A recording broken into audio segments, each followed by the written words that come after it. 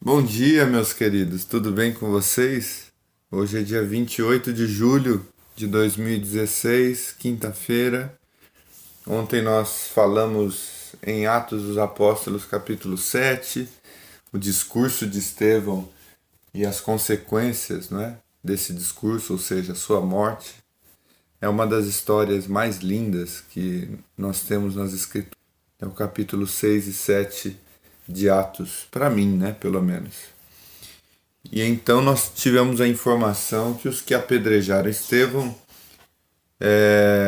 depositaram as suas capas, as suas vestes aos pés de um jovem chamado Saulo. Saulo consentia na morte de Estevão. Então vamos seguindo para o capítulo 8. Tem bastante coisa aqui para a gente ler e pensar. Naquele dia, levantou-se grande perseguição contra a igreja em Jerusalém. Parece que o pessoal tomou birra, ficou enraivecido, e começou a perseguir a igreja que estava em Jerusalém. E todos, exceto os apóstolos, foram dispersos pelas regiões da Judéia e Samaria. Então a perseguição fez com que os cristãos se espalhassem. Alguns homens piedosos sepultaram Estevão, e fizeram um grande pranto sobre ele. Saulo, porém, assolava a igreja, entrando pelas casas e arrastando homens e mulheres, e encerrava-os no cárcere. Entre mentes, os que foram dispersos iam por toda parte pregando a palavra. Então veja que até a perseguição, ela também tem os seus aspectos positivos. Foi assim que a palavra foi se disseminando. Foi assim que o testemunho acerca de Jesus foi se proliferando. Filipe, descendo à cidade de Samaria, anunciava-lhes a Cristo. As multidões atendiam unânimes às coisas que Filipe dizia, ouvindo-as e vendo os sinais que ele operava. Pois os espíritos imundos de muitos possessos saíam gritando em alta voz, e muitos paralíticos e coxos foram curados. E houve grande alegria naquela cidade. Veja que, ora, a mensagem do Evangelho causa conversão, ora, a mensagem do Evangelho causa enfurecimento e perseguição e apedrejamento. Ora, há uma resposta positiva por um grupo de pessoas que ouvem a mensagem, as aceitam e as obedecem em fé. E, ora, você tem pessoas que estão se sentindo ameaçadas, que querem calar a voz da mensagem do Evangelho, e para calar a voz, então entendem que devem matar o mensageiro, matar aquele que traz as boas notícias. Versículo 9. Ora, havia certo homem chamado Simão que ali praticava a magia, ou a mágica, iludindo o povo de Samaria, insinuando ser ele grande vulto, ao qual todos davam ouvidos, do menor ao maior, dizendo: este homem é o poder de Deus, chamado o grande poder. Aderiam a ele porque havia muito os iludira com mágicas. Quando, porém, deram crédito a Filipe, que os evangelizava a respeito do reino de Deus e do nome de Jesus Cristo, iam sendo batizados assim homens como mulheres.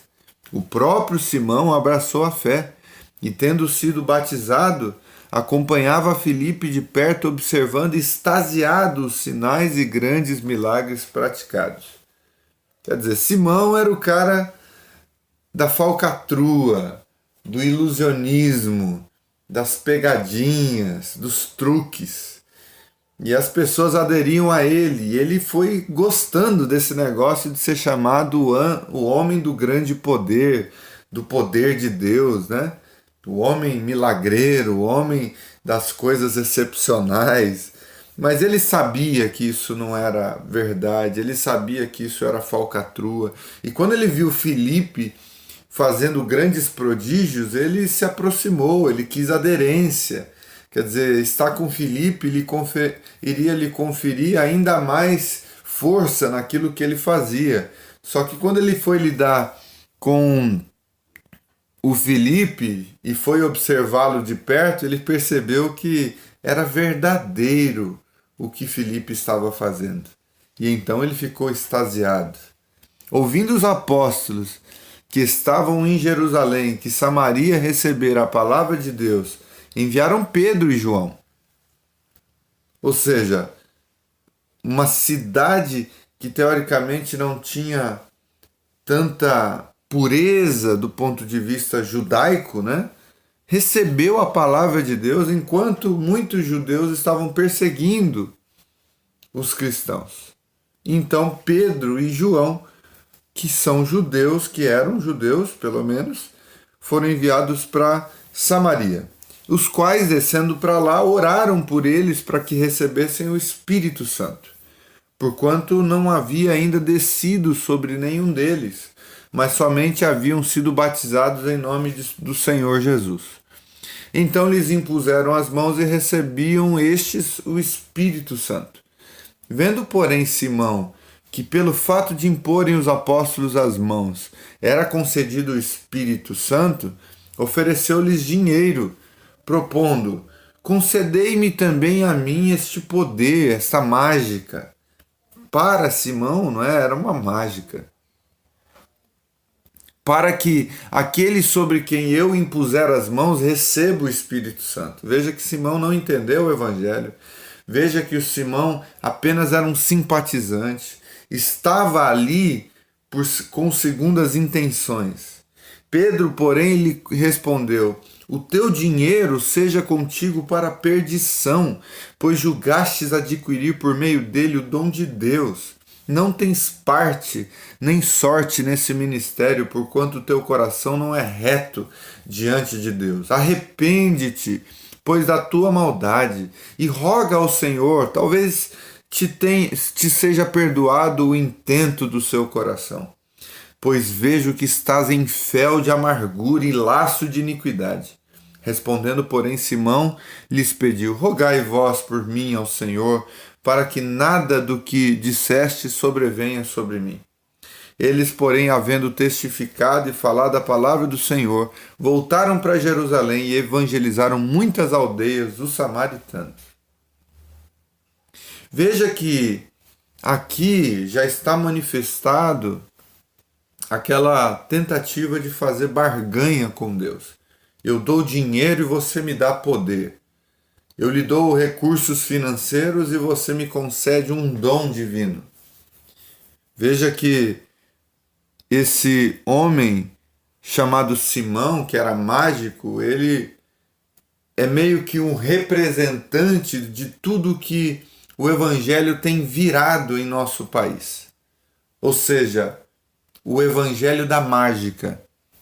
Não é o Evangelho do amor, que até quando acontece algum sinal milagroso, o intuito não é engrandecer um instrumento da graça de Deus que foi usado para aquele milagre, mas sim o amor de Deus que é estendido na nossa direção para nos ajudar nas nossas debilidades.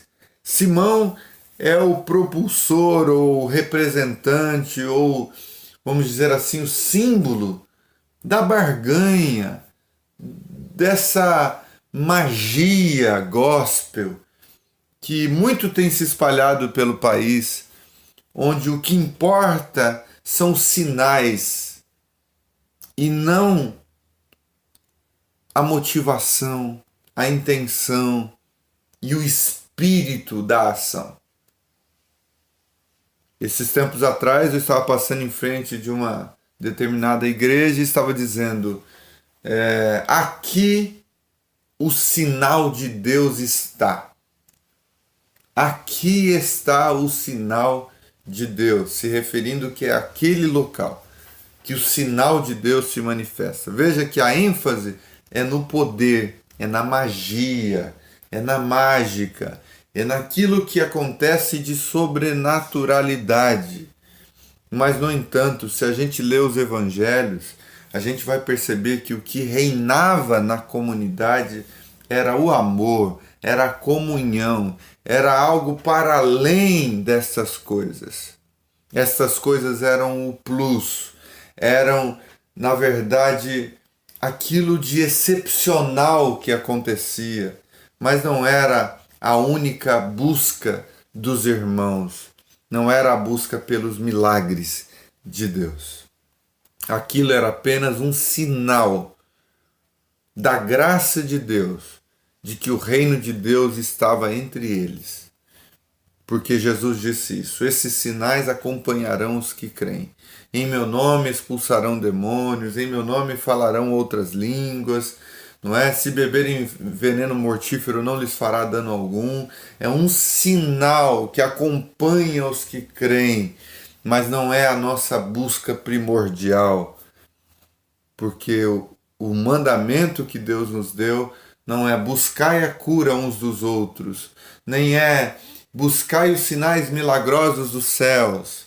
O mandamento que ele nos deu é amar a Deus sobre todas as coisas e ao próximo como a nós mesmos. E tudo mais vai sendo consequência desse amor que é dispensado a Deus e ao próximo. Versículo 26. Um anjo do Senhor falou a Filipe, dizendo: dispõe-te e vai para o lado sul, no caminho que desce de Jerusalém a Gaza. Este se acha deserto. Ele se levantou e foi. Eis que um etíope, eunuco, alto oficial de Candace, rainha dos etíopes, o qual era superintendente de todo o seu tesouro, que viera adorar em Jerusalém, estava de volta, e assentado no seu carro vinha lendo o profeta Isaías. Então disse o Espírito a Filipe: aproxima-te desse carro e acompanha-o. Correndo Filipe, ouviu ler o profeta Isaías e perguntou: compreendes o que vens lendo? Ele respondeu: como podereis entender se alguém não me explicar? E convidou Filipe a subir e a sentar-se junto dele. Ora, a passagem da escritura que estava lendo era esta: foi levado como ovelha ao matadouro, e como um cordeiro mudo perante o seu tosqueador, assim ele não abriu a boca. Na sua humilhação lhe negaram justiça. Quem lhe poderá descrever a geração? Porque da terra a sua vida é tirada. Então o eunuco disse a Filipe: peço-te que me expliques a quem se refere o profeta. Fala de si mesmo ou fala de um outro? Então Filipe explicou. E começando por essa passagem da Escritura, anunciou-lhe a Jesus. Seguindo eles caminho afora, chegando a certo lugar onde havia água, disse o eunuco: eis aqui água, que impede que eu seja batizado? Filipe respondeu: é lícito, se crês de todo o coração. E respondendo ele disse: creio que Jesus Cristo é o Filho de Deus. Então mandou parar o carro, ambos desceram à água, e Filipe batizou o eunuco. Quando saíram da água, o Espírito Santo arrebatou a Filipe, não o vendo mais o eunuco, e este foi seguindo o seu caminho cheio de júbilo. Mas Filipe veio a se achar em Azoto, e passando além, evangelizava todas as cidades até chegar a Cesareia. Veja como o batismo desse homem, do Filipe, o eunuco, é interessante. O Filipe entende o evangelho e olha e percebe que há água ali perto dele e diz: o que me impede de ser batizado? E olha a condição de Filipe: é lícito, se crês de todo o coração. E respondendo ele disse: eu creio que Jesus Cristo é o Filho de Deus. Veja como é simples. Não teve uma complicação de tempo, de espaço. Bastou o evangelho ser ensinado de forma aberta e o batismo foi concedido a este homem. Quem pode ser batizado? Quem crê de todo o coração. O batismo é só símbolo dessa fé. O batismo é só uma externalização de uma experiência de fé que já aconteceu no coração. O batismo não deveria ser problematizado, complexificado. É simples assim. Creu, seja batizado. Creu, a água, seja batizado. Não é a forma de se batizar que importa, mas tão somente a fé que antecede o batismo nas águas. A água, batize. A fé, batize. E é interessante a postura de Filipe. E ele foi seguindo o seu caminho cheio de júbilo. Aquele que se converte é assim, segue o seu caminho, cheio de júbilo. Não se criou uma dependência entre Filipe e o seu batizador. O Filipe e o eunuco. É o eunuco que foi batizado, né? Não houve essa dependência, essa coisa de que você não pode seguir o seu caminho sem me seguir, sem estar do meu lado. Ele foi batizado e seguiu o seu caminho. Filipe foi para outro lugar. E ele então segue o seu caminho cheio de júbilo.